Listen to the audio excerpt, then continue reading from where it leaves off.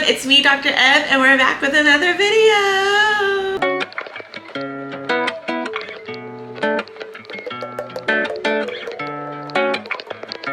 Yes, I am Dr. Ev. I'm a board certified adult and child psychiatrist who specializes in children, women, and athletes' mental health.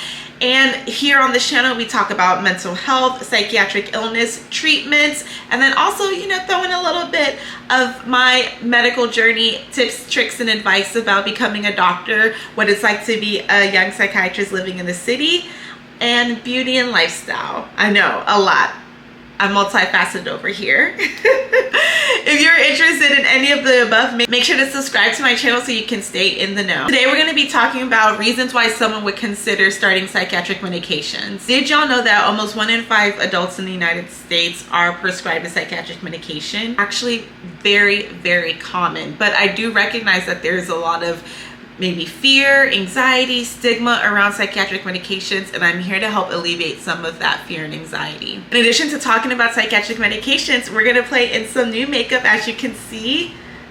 So if you are interested in hearing about reasons to consider medications and want to see how I got this look, I want you to keep on watching. So you already know how I'm always gonna start my makeup with an Alani. Can y'all see? Beautiful. Let's begin, shall we? I'm really excited because we're going to be playing in some new products, so it'll be good to see how these products perform. I'll show you exactly what products we're using. You already know I cannot talk and do brows and lashes, so I'm going to do those first and then I'll be back. All right, y'all, I'm back. So I got my brows done, lashes are on. These are the Miami lashes, so we are good to go. Alrighty, we're gonna be playing in some new makeup today. So just trying some new products that I picked up from Sephora yesterday. They have their annual friends and family sale going on right now, and basically you have to get the link from an employee, and I got the 20% off code from an employee there. Shout out to her, thank you very much. So we're just going to be trying out some new products. Specifically, we are going to be trying this new NARS that I picked up, NARS Radiant, what is it called? It's the NARS Radiant Longwear Foundation in the color Iguazu. We're gonna try that. We are going to be trying Danessa Myricks Universal Balm. Isn't it pretty? And I don't know, it might be getting washed out by the light, but it's like a universal, so it's no shade there. We're also going to be trying another product from Danessa. It's the Yummy Skin Water Power Serum.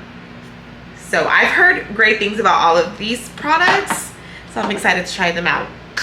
And while we are playing in makeup, I'm going to be talking about some things that I think are important to know when it comes to taking psychiatric medication. Specifically, I want to discuss reasons why you might consider taking a psychiatric medication. I thought this topic was important because there could be a lot of anxiety, a lot of fear of the unknown when it comes to psychiatric medication. In addition to that, there's a lot of stigma that's still associated with psychiatric medications, and here I want to really decrease the stigma when it comes to mental health and mental illness and treatment, and just provide some education about the treatment options that are available to people who are dealing with any sort of psychiatric diagnosis. One way to do that is by talking through what are some reasons someone may consider taking a psychiatric medication. Let's get started. So apparently you can use this as sort of, it's like a primer, the water power serum. So we'll use it as such. And just so you know, I'm going to be looking over here sometimes because my mirror is there, and I'm also going to be looking down because I did take some notes. Something's coming out, but I don't know if I'm doing it right. Y'all have to tell me, does this little thing come off or no? I don't know. Hi. Okay, yeah, I definitely see that it gets tacky, presumably to help you to keep your makeup in place. I just wonder if I'm this part. I don't know if y'all can see. It's hard to get the product out. It is a surprise me if I'm doing this wrong, actually. So I put that on, and then I'm also gonna just do the Fenty Beauty primer on places that I tend to really get oily. So really like around my T-zone area, over here, and over here. Just in case, go ahead and put some of this on as well over. I feel like this is gonna really, I should have a very matte face. Or maybe not matte, but my face is not gonna move, I don't think. And there's like a little kind of shine to it. So this is just with those 3 products put on. I'm gonna go in and put the foundation on. I'm just gonna apply with this brush here. Okay, so let's talk. So I came up with 4 reasons that you may consider taking psychiatric medication. The first one is if you have a family member who also has had a diagnosis of a psychiatric illness and they responded very well to a specific medication, it may be that you will also respond well to that same medication. And so it's worth giving it a try to see if it'll work for you. So the thing about psychiatric illness is that it's very multifactorial, meaning there's a lot of factors that contribute to the development of psychiatric illness. I'm sure you know that for some people, there's a lot of psychosocial stressors that can lead to an illness. So like some people may get depressed if they're surrounded by food insecurity or financial insecurity. So those would be like your psychosocial stressors. There's also biological and physiological stressors that can lead to a psychiatric illness. And psychiatric illness, a part of it is also, there can be a genetic component to it as well. And so what we have found through research, especially for certain psychiatric illness, but for many of them, there's a family history of psychiatric illness, the likelihood that another family member will have a diagnosis. So what we have found is that if there's a family member, especially a first-degree relative that's been diagnosed with a psychiatric diagnosis, the likelihood of another person in that family, especially a first-degree relative, having a diagnosis increases compared to the general population. That's why when I'm doing an assessment and asking questions, I always ask about family history, because there can be a very strong genetic component to many psychiatric illnesses. In addition to the increased likelihood of being diagnosed with a psychiatric disorder, if someone in your family has been diagnosed with one, we also see that family members tend to respond favorably or negatively to similar medications. So for example, if you have a grandmother who was diagnosed with depression and was started on, let's say, Zoloft, and that worked really well for your grandmother, it's very likely that that medication will work well for you. And so a lot of times I will always ask, you know, in addition to, is anybody in your family ever been diagnosed with a mental health disorder? I'll also ask, do you know what they took? Do you know what medication they took? Did it work? Did it not work? Because I'm trying to get a sense if maybe we can start off with whatever worked for that family member. High chance that it'll work for you too. Does that make sense? And so that might be something to consider. It's maybe worth just going straight to the medication and starting treatment because it could work better for you. I think the foundation looks pretty good. Go in with the NARS Radiant Creamy Concealer. And contouring with the Fenty, yeah, it's hard to see. It's the Fenty contour stick.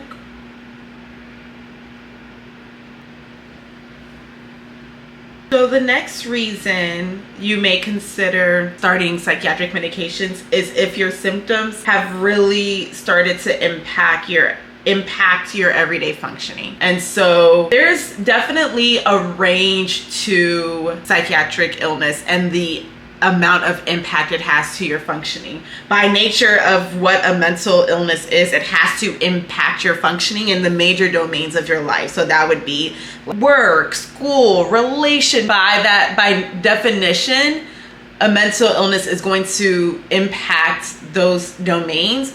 However, there's a range in severity, right? There's a range in the severity of how badly those domains of your life are being impacted. If you are suffering, let's use for an example, you're suffering from anxiety, you know that you get pretty anxious, but for the most part, even though it is bothersome, you're still, you know, going to work, you're still hanging out with friends, you're still leaving your house, you're still at least able to focus on different things, then the severity then would be considered mild. Probably would be fine, right, with using solely therapy as your treatment option, because what you then just need to work on are the skills, like having coping skills and how to deal with the anxiety to help you alleviate the amount of anxiety that you're having. But let's say your anxiety is so bad that you're unable to leave the house, that you can't go to work, keeping in touch with family or friends because you're feeling so anxious. It's not only that you're having anxiety, but now it's starting to impact your sleep.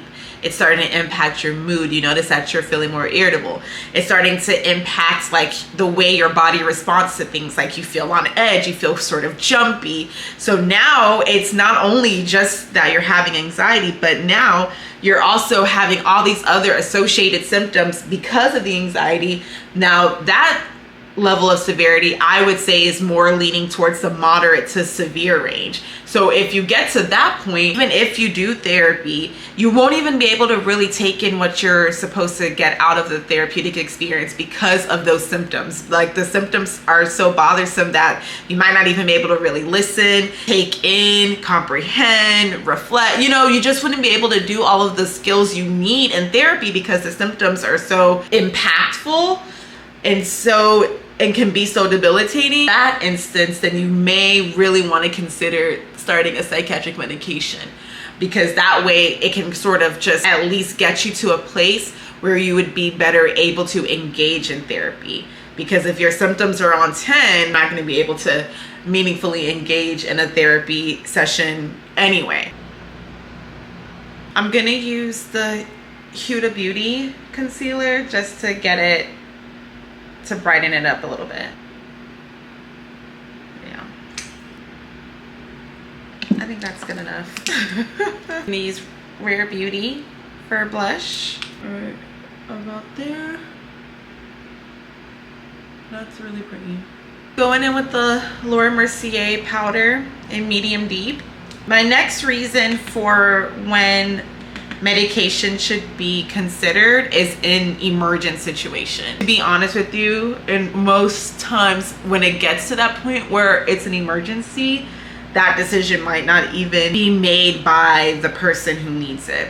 And I can in another video talk about when situations like that may arise, but you know, just for the purpose of this video, that when there's an emergency, definitely medication should be considered. That goes for different sort of situations, right? So what is considered a psychiatric emergency? Definitely if there's any concern for unsafe thoughts or unsafe actions. So anyone who's having thoughts that they may want to hurt themselves, anyone who's having thoughts that they want to hurt other people, that would be a situation where medication should definitely be considered.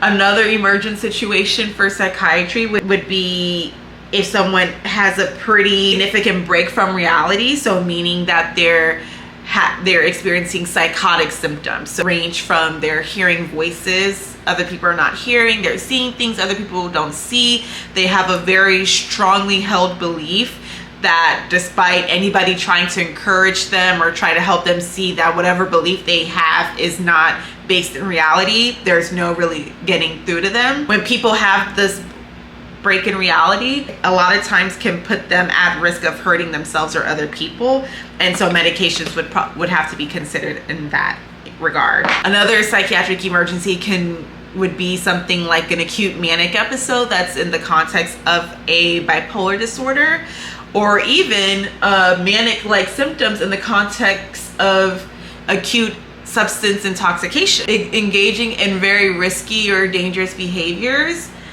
that would be a reason to consider medication. Another psychiatric emergency is what we call catatonia, which is basically a state of being where there's multiple symptoms at play. You can either be very, very slowed down, so not able to move, or you can be hyperexcited, catatonia. But it's a state, it's a very severe state that's the result of psychiatric illness, but it can also be caused by other diagnoses. But in psychiatry, that's one of our psychiatric emergencies, and we would definitely consider medications at that point. So again, just to reiterate, a reason to consider meds would be psychiatric emergent situations. I'm going to use NARS in Laguna 8 to bronze.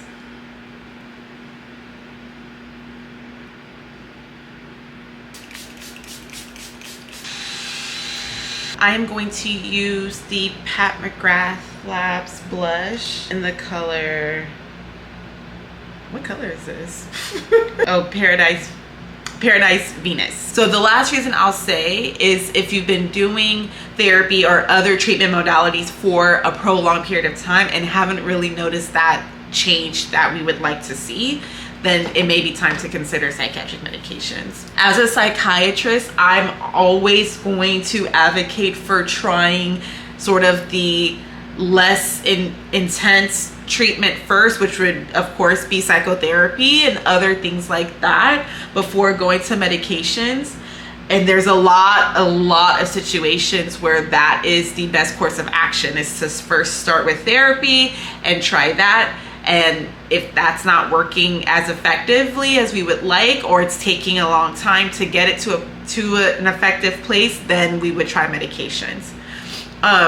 And so that's exactly the sort of treatment algorithm that you would want to find. And you know, unfortunately for some people, therapy is just not enough.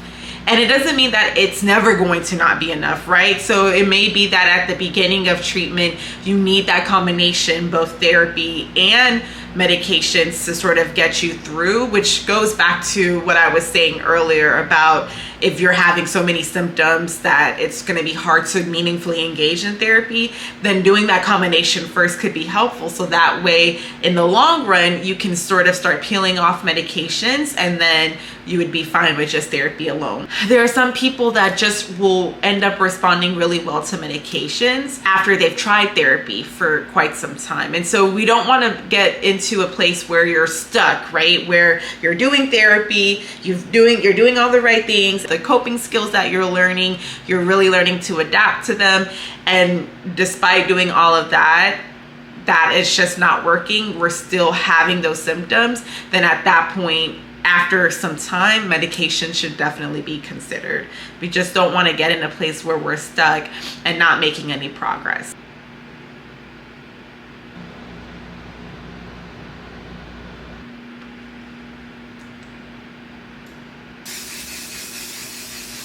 All right, everyone. Well, that is it for this video and for this makeup look. I hope y'all like it. And I hope that you learned a little something about psychiatric medications.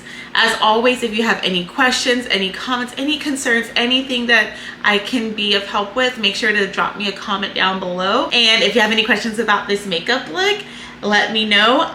So far so good. I think the foundation, so remember we were trying the NARS foundation, I think it was a match. So we'll see how these hold up as far as keeping my makeup up and stuck. We'll see what it does, but I like the look so far. I think it's good. I think it's good. Thank you so much for watching. I don't take it for granted that you chose to click on this video, and I hope you continue to stick around so we can chat and learn together. All right, take care. Bye.